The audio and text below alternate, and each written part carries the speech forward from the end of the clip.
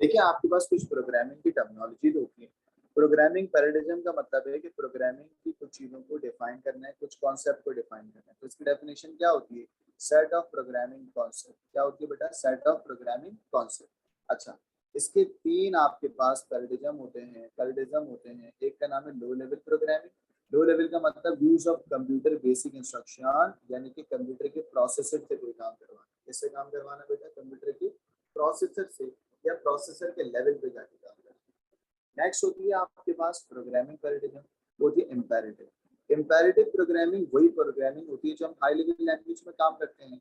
जितने भी हमने अभी तक सूडो कोड में प्रोग्रामिंग पढ़ी है ना, वो सारी की सारी इम्पेरेटिव है। इम्पेरेटिव का एक और नाम होता है प्रोसीजरल। प्रोसीजरल प्रोसीजरल ठीक है। जितने भी हम हाई लेवल लैंग्वेज में कोडिंग करते हैं, मैं यहाँ लिख देता हूँ, जितनी भी हम हाई लेवल लैंग्वेज में कोडिंग करते हैं, सूडो कोड करते हैं, वो सब इम्पेरेटिव होता है। इम्पेरेटिव का मतलब क्या? Program with an explicit sequence of command and update the program set with और विदाउट द प्रोसीजर कॉल्स, है ना। प्रोसीजर और फंक्शन वगैरह सब इसी में कॉल होते हैं ना। इसकी डेफिनेशन भी जरा देख लीजिएगा। नेक्स्ट है जो declarative programming. Declarative programming is just like your SQL command. AS की कमांड याद है आपको? AS में SQL की कमांड, उसमें होता क्या था? उसमें होता था select from where, इस तरीके से लिखते थे। अच्छा, इसमें हम करते क्या थे? इसमें कोई सीक्वेंस नहीं बनता था। डेक्लेरेटिव प्रोग्रामिंग में कोई सीक्वेंस नहीं बनता था, बट हमें जो रिजल्ट चाहिए था, हमें वो रिजल्ट मिलता था। हमें जो स्पेसिफिक रिजल्ट चाहिए है, वो रिजल्ट मिलेगा rather than how to get it, rather than how to get it। तो डेक्लेरेटिव प्रोग्रामिंग में select from where या इस टाइप की स्टेटमेंट होगी, जिसमें हम क्या करेंगे? हम इस प्रोग्रामिंग के अंदर हम सिर्फ रिजल्ट को देखेंगे, हम ये नहीं देखेंगे कि भाई ये कैसा हुआ कैसा नहीं हुआ। जो हाई लेवल लैंग्वेज की प्रोग्रामिंग थी वो इम्पेरेटिव है। जो सीक्वेंस ऑफ प्रोग्राम है, जिसमें बेटा लिखा होगा फॉर, लिखा होगा एंड फॉर, लिखा होगा, जिसमें लूप्स लगे होंगे, वो सब बेटा इम्पेरेटिव या प्रोसीजरल प्रोग्रामिंग है। वो चीज जो कि सिर्फ और सिर्फ आपको रिजल्ट ओरिएंटेड होगी, जिसकी एग्जांपल मैं यहाँ लिखता हूँ, जरा देखना। ये देख रहे हैं, यहाँ पर देखो, ये लिखा हुआ है मेल। मेल का नाम क्या है बेटा? जॉन। सही, क्या सीक्वेंस है वो हमें भी नहीं पता। फीमेल का नाम क्या है? इथन। पेरेंट का नाम है जॉन और Ethan.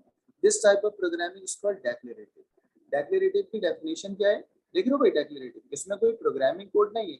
This is not like a high level language. सही, इसमें आप सिर्फ रिजल्ट ओरिएंटेड काम करते हो। कौन सा काम करते हो बेटा? Result oriented. सही, रिजल्ट ओरिएंटेड जब भी काम होगा तो वो क्या कहलाएगी बेटा? कौन सा प्रोग्रामिंग पैराडिज्म कहलाएगा? डेक्लेरेटिव। और अगर हाई लेवल लैंग्वेज पे काम होगा तो प्रोसीजरल। हाई लेवल लैंग्वेज पे काम होगा तो प्रोसीजरल। अगर डेक्लेरेटिव होगा तो बेटा मैंने क्या डेफिनेशन लिखा है? Program that specify the desired result rather than how to get it। ठीक है। नेक्स्ट है ये ऑब्जेक्ट ओरिएंटेड। अब आप बोलोगे सर ऑब्जेक्ट ओरिएंटेड प्रोग्रामिंग को शॉर्ट में हम क्या कहते हैं? ऊप कहते हैं। क्या कहते हैं बेटा? ऊप। ऊप के अंदर आपके पास एक कॉन्सेप्ट आता है क्लास का, इनहेरिटेंस का, इनकैप्सुलेशन का और पॉलीमॉर्फी का। ये सब चीजें होती क्या है? आइए हम आपको बताते हैं। पहले आपने ये तीनों समझ ली। अगर कोई आपसे बोले assembly language, assembly language is an example of what? Low level language, है ना भाई? Assembly language is an example of what? Low level language,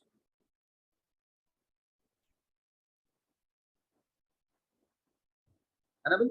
assembly language और लो लेवल लैंग्वेज एक ही बात है। चलो, तो यहाँ पर अगर मैं आपको एग्जाम्पल दिखाऊं तो बेटा ये तीन एग्जाम्पल देखो और बताओ क्या ये समझ आ रहा है?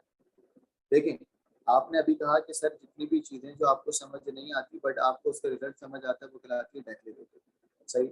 और नॉर्मल हाई लेवल लैंग्वेज का code for to next imperative कहलाएगा या प्रोसीजरल कहलाएगा। ठीक है।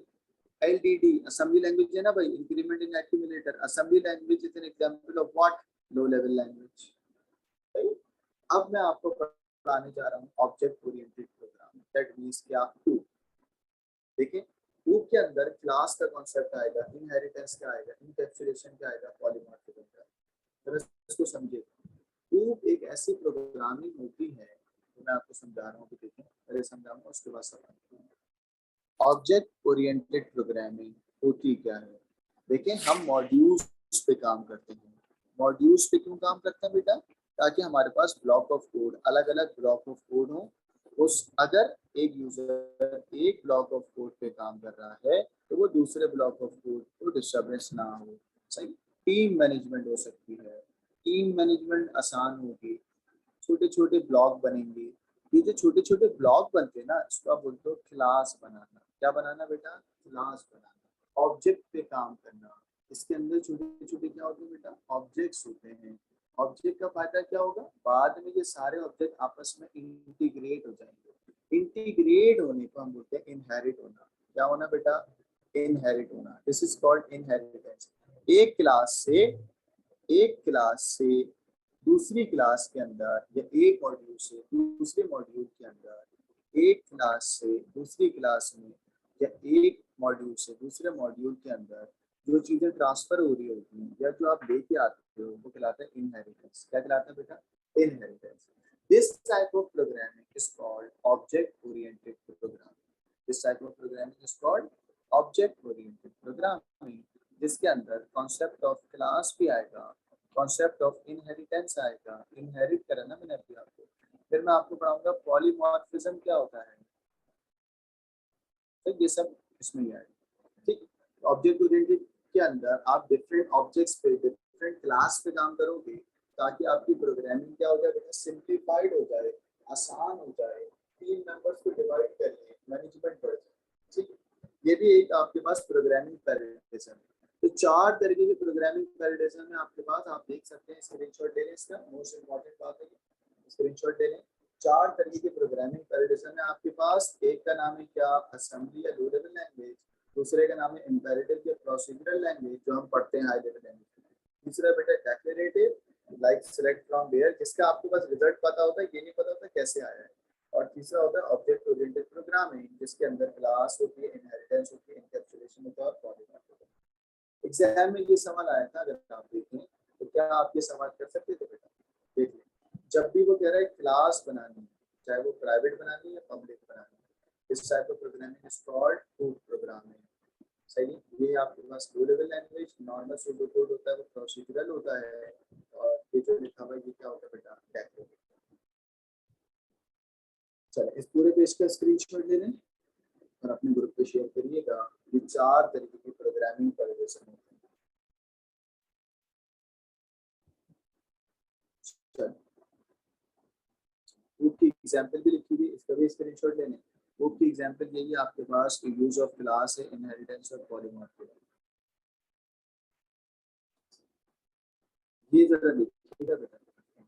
एग्जामिनर ने आपको सवाल दे दिया 2 मार्क्स का, कह रहा है कि what is meant by imperative programming. Imperative, मैंने कहा इंपेरेटिव प्रोग्रामिंग वही होती है जिसमें हम काम करते हैं, बट उसकी अंग्रेजी जरा थोड़ी सी देखें।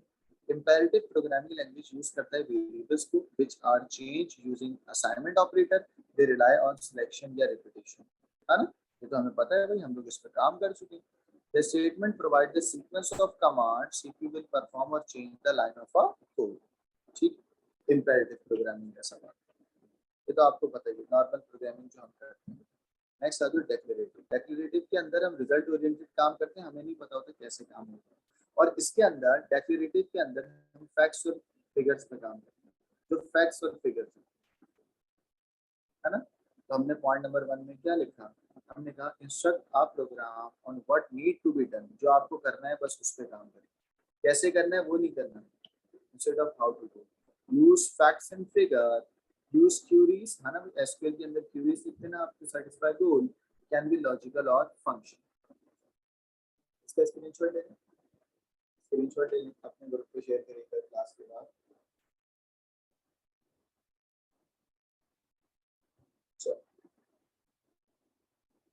ऑब्जेक्ट ओरिएंटेड प्रोग्रामिंग का यहाँ पर इसको दिखाई में जरा देखिएगा।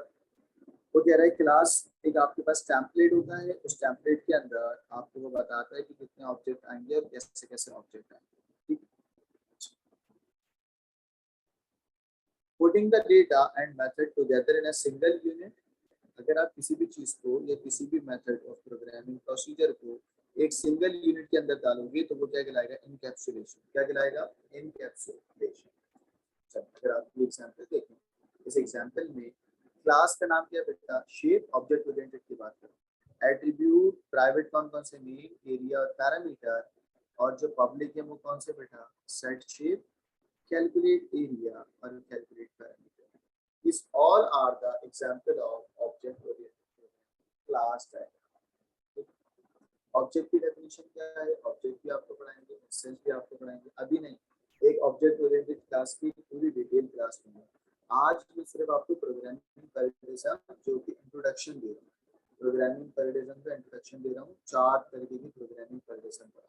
सही. ऑब्जेक्ट ओरिएंटेड के लिए एक पूरी क्लास रखनी पड़ेगी ताकि आपको उसमें सारी चीजें डिटेल में समझ जाए. सही. क्योंकि इसमें ये सब चीजें बतानी होंगी कि भाई एट्रीब्यूट क्या होता है, इनकैप्सुलेशन क्या होता है, कैसे कंस्ट्रक्ट होगा, सारी चीजें बतानी होंगी. तो अभी उसमें हम नहीं जा रहे. ठीक. पॉलीमॉर्फिज्म भी ये. नेक्स्ट है डेक्लेरेटिव प्रोग्रामिंग. देखिए मैंने आपको पढ़ाया था डेक्लेरेटिव प्रोग्रामिंग में. देखो बेटा क्यूरी वगैरह कैसे लिखते हैं. आपको बस काम करना है, ये नहीं कि कैसे काम होगा. हम इसमें यूज करते हैं फैक्ट्स एंड फिगर, रूल्स वगैरह. ये सवाल आया, अगर आप देखें सवाल के अंदर मैंने आपको तरीके से बता दिया है, बल्कि सॉल्व भी किया है, अगर आप चाहें तो देख सकते हैं. डेक्लेरेटिव प्रोग्रामिंग के अंदर आंसर लिखा हुआ program that specify the result. आपको बस रिजल्ट पे काम करना है. इम्पेरेटिव का मतलब क्या है, हम कमांड वगैरह होंगी जो कि बेटा अपडेट होंगी विद और without the procedure call. Screenshot ले लो. प्रोसेसर के इंस्ट्रक्शन सेट पे जब भी काम करना होगा तो लो लेवल लैंग्वेज या असेंबली लैंग्वेज. ऑब्जेक्ट ओरिएंटेड का मतलब क्या, इनहेरिटेंस, इनकैप्सुलेशन और कॉन्सेप्ट ऑफ क्या आएगा बेटा, क्लास. सही. Based on event such as user वगैरह, इस पे कुछ भी नहीं है, ये सिर्फ आपको परेशान करने के लिए. सही है. चलो 4 मार्क्स आपको यहाँ पे मिल गए. तो ये और एक और ये सवाल है, इसका भी स्क्रीनशॉट ले लीजिए. ये एक सवाल एग्जाम में. तो अभी तक P3 के अंदर यही सवाल आए हैं प्रोग्रामिंग पैराडिज्म के, और आज की क्लास में मैंने रिकर्जन और प्रोग्रामिंग पैराडिज्म दोनों करा दिए. ठीक है. तो आज की क्लास को मैं यहीं पर ही खत्म कर रहा हूँ, जिसमें मैंने 2 टॉपिक आपको कराया, प्रोग्रामिंग पैराडिज्म और रिकर्जन 5 पेपर के साथ. इसके अलावा और तो 5 पेपर में बहुत छोटा सा टॉपिक था, लेकिन 5 पेपर में आए हुए थे सवाल, तो मैंने आपको दिखा दिया. कल की क्लास में मैं आपको आरपीएम कराऊंगा. आरपीएम के अंदर इनफिक्स टू पोस्टफिक्स और पोस्टफिक्स टू इनफिक्स. सही है. तो आज की क्लास को यहीं पर ही खत्म कर रहे हैं. Thank you very much.